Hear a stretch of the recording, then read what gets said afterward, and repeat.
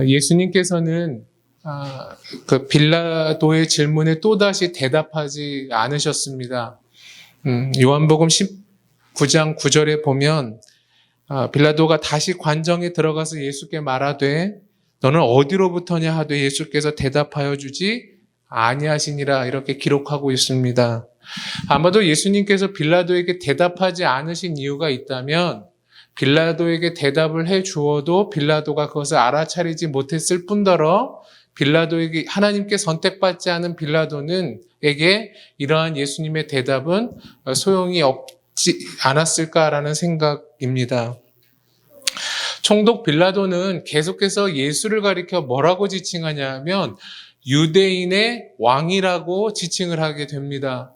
이 말은 나 아닌, 우리 아닌 다른 민족의 왕 이런 뜻입니다. 그것은 적어도 예수는 유대인의 왕이라는 그 호칭에 의해 본다면 자기 자신과 상관없는 자라는 뜻입니다. 이게 유대인의 왕이라는 뜻이겠죠.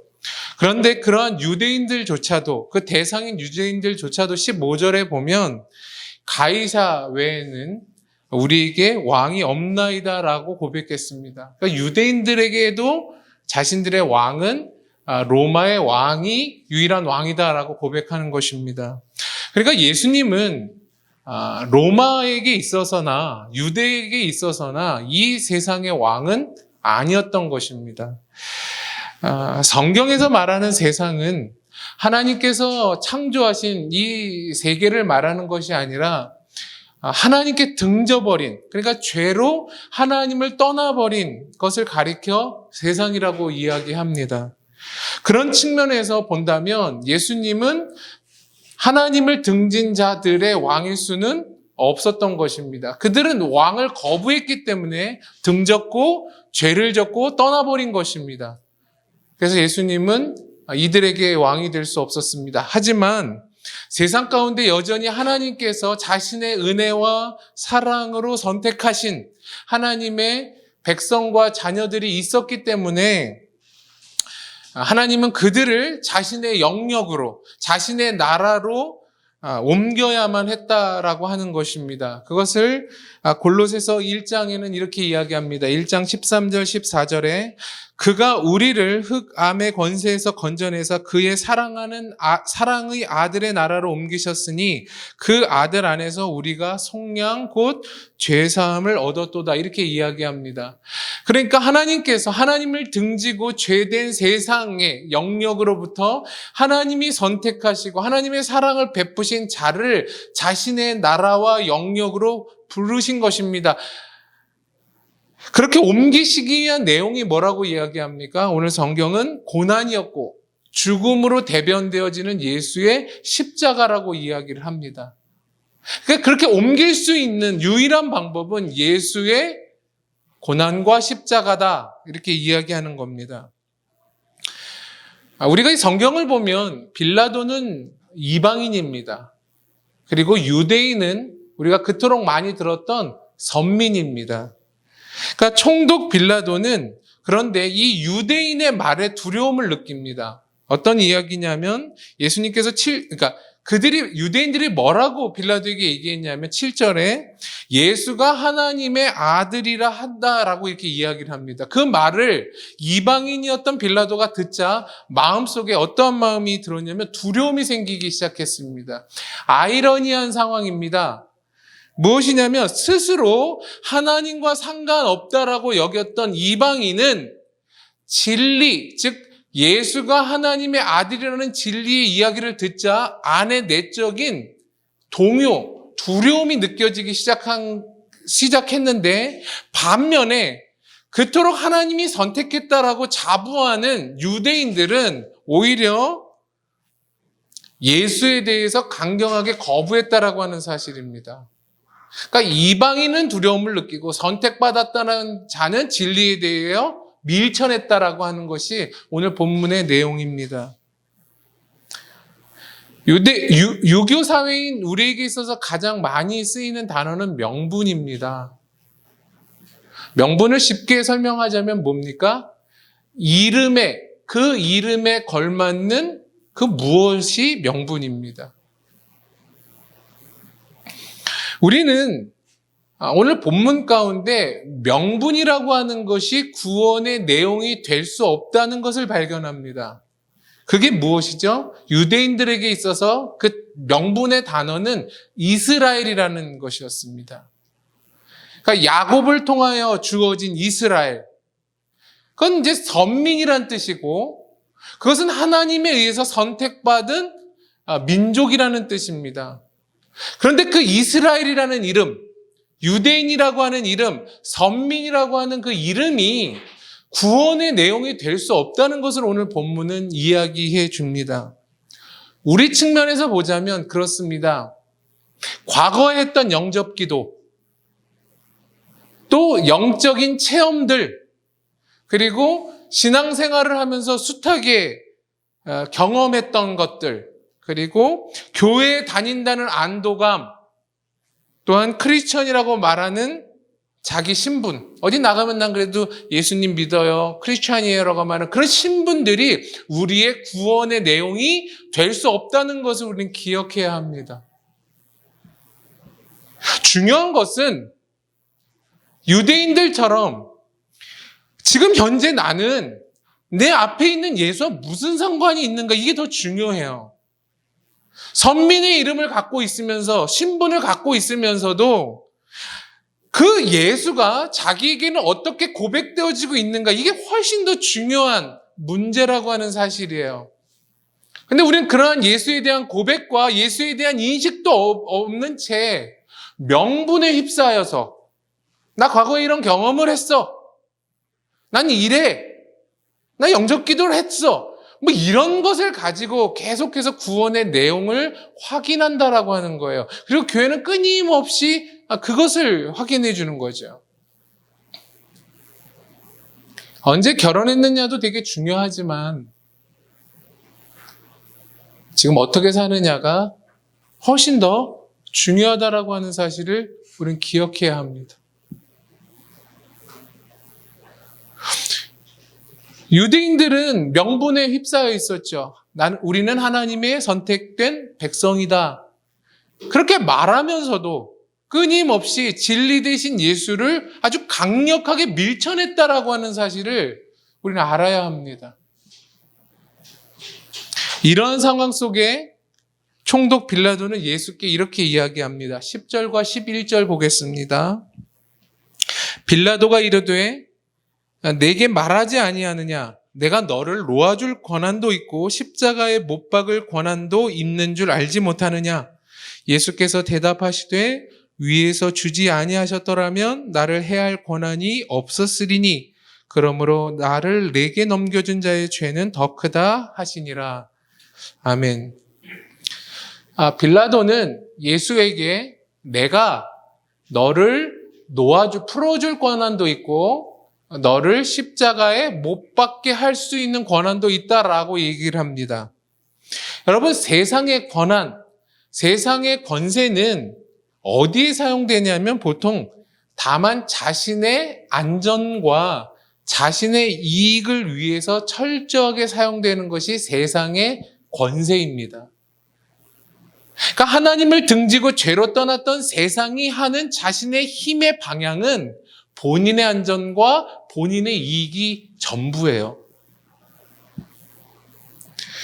그래서 세상이 생각하는 최선이라고 말하는 것은 어떻게 해서든지 죽지 않고 사는 것을 의미합니다.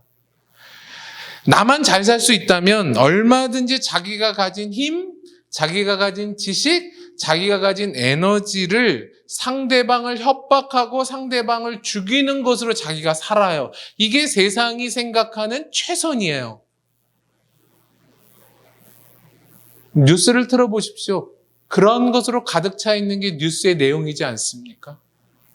협박하고 죽이고 그런 것입니다. 그럼 빌라도가 예수를 굉장히 위해 주는 것처럼 오늘 예수님께 이야기합니다. 그런데 빌라도가 했던 것은 좀 전에 했던 제자 베드로의 모습과 전혀 다르지 않았습니다. 빌라도와 제자 베드로가 예수님께 했던 이 행동과 말은 모두가 어떻게 해서든지 십자가로 가지 못하게 하는 장애물과 같은 언행들이었습니다. 예수는 십자가를 지시고 예수님은 십자가에 죽으셔야 했습니다. 그 예수님이 가셔야 할 길이었죠. 빌라도의 권세보다 더 큰 권세와 권한을 가지신 예수님은 자신이 가지고 있는 그 힘으로 어디에 쓰셨냐 하면 자신이 죽는 데 쓰셨다라고 하는 사실입니다. 여러분, 세상은 절대로 그 힘을 자신이 죽고 자신이 없어지는 거에 쓰지 않아요. 그런데 우리 예수님은 그 큰 능력을 가지고 자신이 죽고 자신이 없어지고 자신이 무력해지는 것에 썼다라고 하는 것이 십자가입니다. 그렇기 때문에 세상이 이것을 이해할 수가 없는 것이고 세상이 이것을 할 수 없는 것이죠.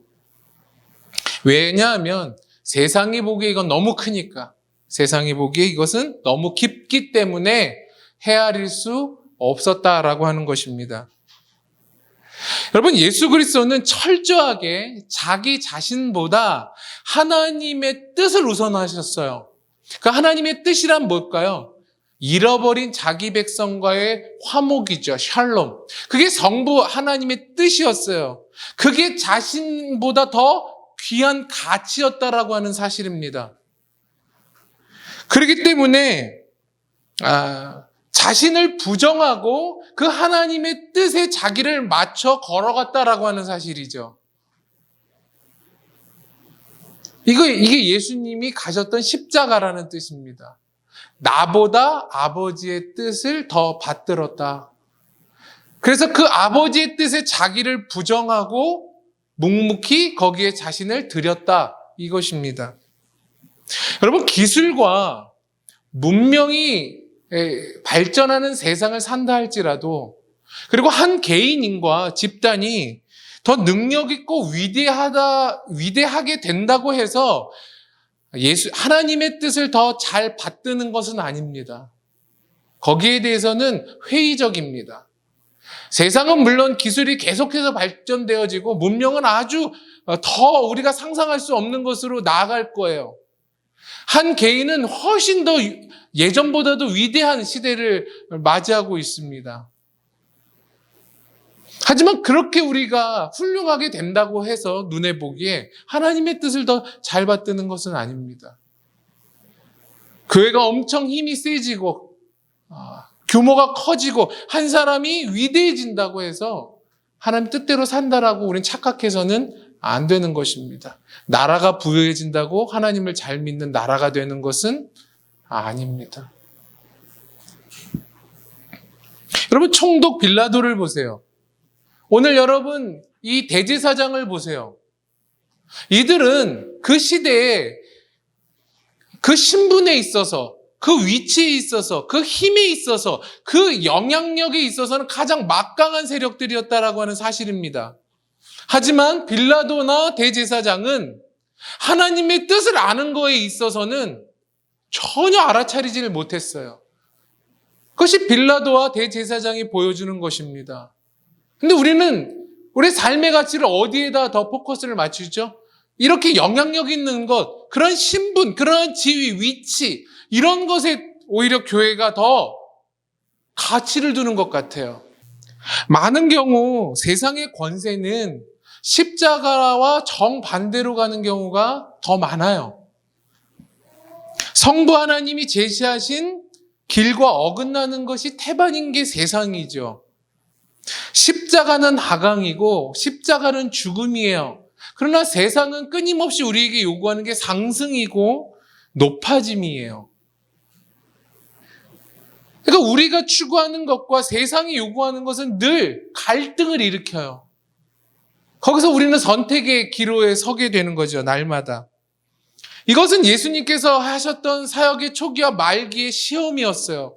예수님은 높고 높은 보좌로부터 낮고 낮은 이 땅 가운데로 하강하셨어요.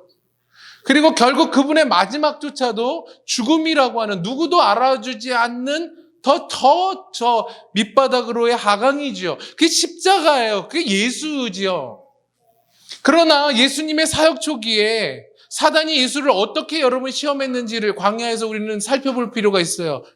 넌 나에게 절하면 내가 세상 가운데, 만물 가운데 너를 가장 이름 있게 하겠다라는 시험을 줘요.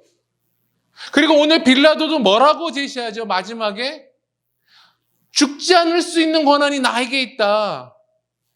내 질문에 대답만 고분고분히 한다면, 네가 나의 말에 뭔가 호응을 한다면 나 너 풀어줄 수도 있다라고 제시하죠. 예수님 그거 단박에 다 거절하시고 계속해서 아래로 내려가셨어요. 이게 예수고 이게 십자가 정신이죠.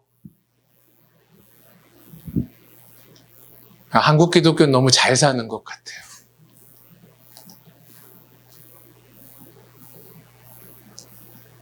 여러분, 우리는 이런 것에 자유할 수 없습니다.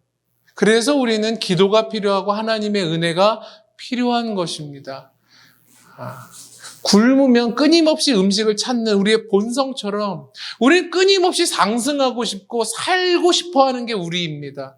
우리가 가진 모든 것을 다해서 어떻게 하면 하나님의 뜻보다는 내가 잘 먹고 잘 살고 행복할까로 우리는 오늘도 애쓰는 우리 모두인 것입니다. 예수는 그렇게 하지 않으셨습니다. 십자가는 그런 이야기를 하지 않습니다.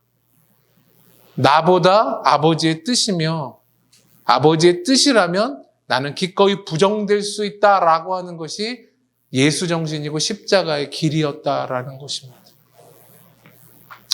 오늘 본문을 보면 예수님께서 채찍질 당하시고 가시나무 면류관을 쓰시고 또 손으로 때리고 그 옆에 하인들이, 병사들이 농락하고 거부하고 모함하고 저주하는 그 장면이 계속해서 등장합니다.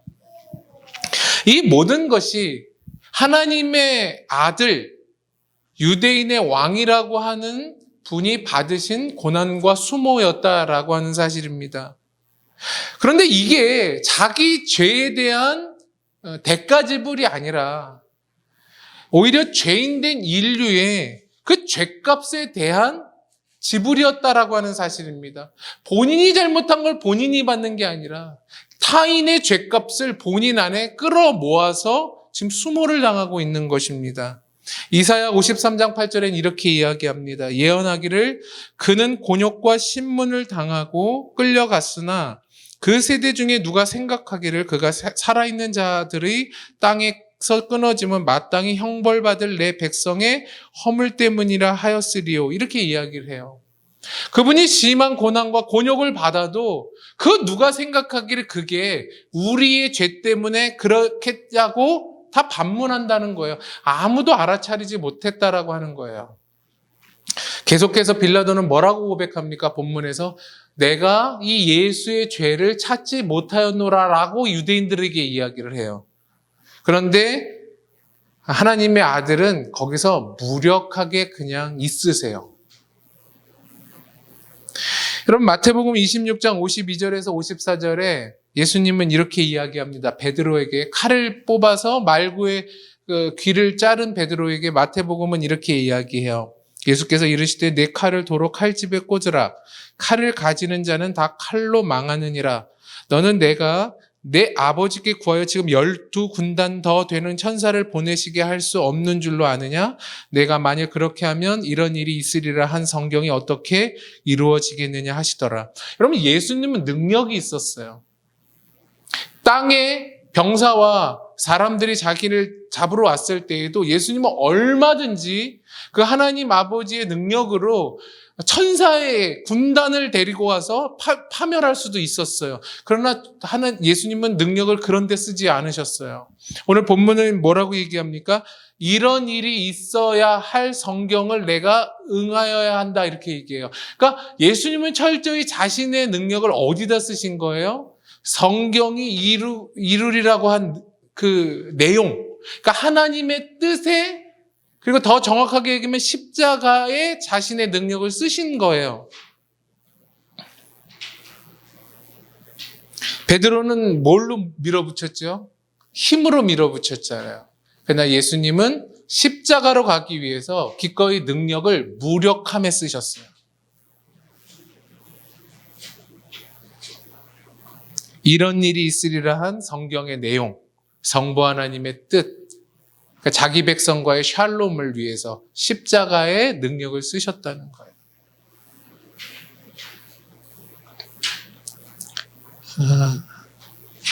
여러분, 힘으로 맞서서 절대 질 수 없는 게 뭘까요?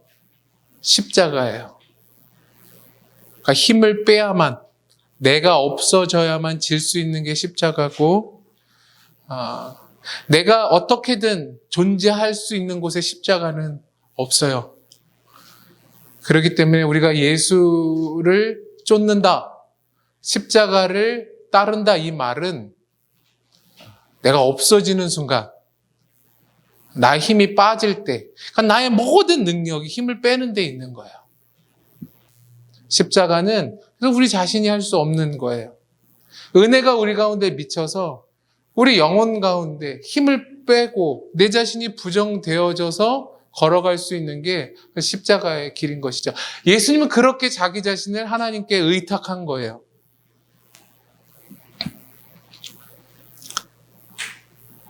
그래서 예수님은 그 하나님의 뜻인 십자가를 지기 위해서 철저하게 침묵과 무력함의 모습으로 걸어가신 거죠. 이게 가장 위대한 거예요.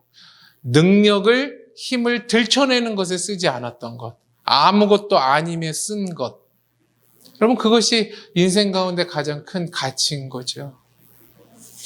그러니까 이 땅을, 그러니까 우리나라를 이렇게 떠받들고 있는 건 보이지 않는 사람들의 수고와 보이지 않는 사람들의 기도와 보이지 않는 사람들의 헌신과 희생으로 이 땅이 서 있는 거예요. 근데 그런 분들은 보통 이렇게 밖으로 드러나 있지 않더라고요. 저는 저와 여러분들이 이 나라의 그런 국민으로서 또 이 교회의 한 성도로서 그렇게 살기를 바라요. 내게 우리의 본성과 맞지를 않아요. 하나님의 은혜가 필요해요. 하나님의 도우심이 필요해요. 말씀을 맺겠습니다. 여러분, 우리가 믿고 있는 신앙의 내용을 가리켜 우리는 보통 뭐라고 얘기하냐면 하나님의 뜻이다, 성경의 말씀이다, 또 신학이다, 뭐 신앙이다 이렇게 표현할 수 있을 거예요. 이게 우리가 믿는다라는 내용이에요. 그렇죠? 그럼 그 내용이 우리가 갖고 있는 알고 있는 하나님의 뜻, 성경의 말씀, 또 신학, 그리고 각계의 신앙이 결국 향하고 있는 지점은 어디여야 할까요? 그것은 송영이어야 돼요. 송영. 우리 송 집사님이 자식 하나 더 낳으면 송영이라고 지금 찬송이어야 된다고요. 여러분, 우리 신앙의 내용이 결국 이르는 지점은 찬송과 송영이어야 돼요. 그 전에 뭐가 나오냐면 감사가 있죠. 그러니까 신앙의 내용이 감사와 찬송으로 흐르지 않으면 내 신앙이 뭔가 잘못되고 있는 거예요. 아주 성경을 아주 그냥 독하게 읽고 수많은 책들을 읽고 신학이 아주 탄탄하다 할지라도 그 결과물이 감사와 찬송으로 결말되지 않으면 그 사람은 뭔가 잘못되고 있는 거예요. 우리의 신앙의 내용은 여러분 찬송이 돼야 한다는 것들을 여러분 잊지 마시게 되기를 바랍니다. 그래서 오늘 본문 말씀을 우리가 듣고 우리에게 나와야 될 것은 오늘 저희가 불렀던 찬양의 4절처럼 아름답다 예수여가 나와야 돼요. 그걸 바울은 로마서 11장 33절에 이렇게 표현했어요. 깊도다, 이건 탄성이에요.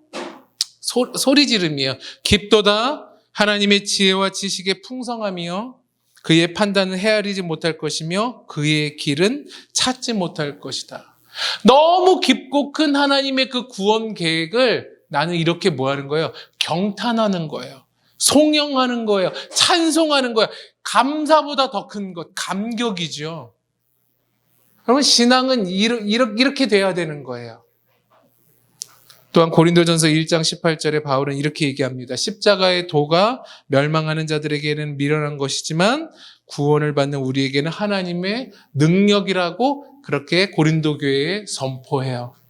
사랑하는 여러분, 한 주를 살 때에도 저는 여러분께서 각자가 살고 있는 일상과 또 하나님의 말씀 속에서 감사, 그걸 넘어선 경탄이 좀 나오기를 바랍니다. 송영이 나오게 되기를 바랍니다. 찬송이 나오게 되기를 바랍니다. 의학의 비명이 나오게 되기를 바랍니다. 그런 어려운 시절 속에서 하나님께서 은혜를 주실 수 있다고 믿습니다. 그런 아무도 할 수 없는 것, 사회적 지위와 위치와 힘과 권세가 높아도 할 수 없는 그 송영의 자리에 하나님께서 우리를 불러주셨다는 사실을 기억하면서 한 주 동안에도 저와 여러분 삶 속에 찬송과 감사가 넘칠 수 있게 되기를 간절히 축원합니다. 기도하겠습니다.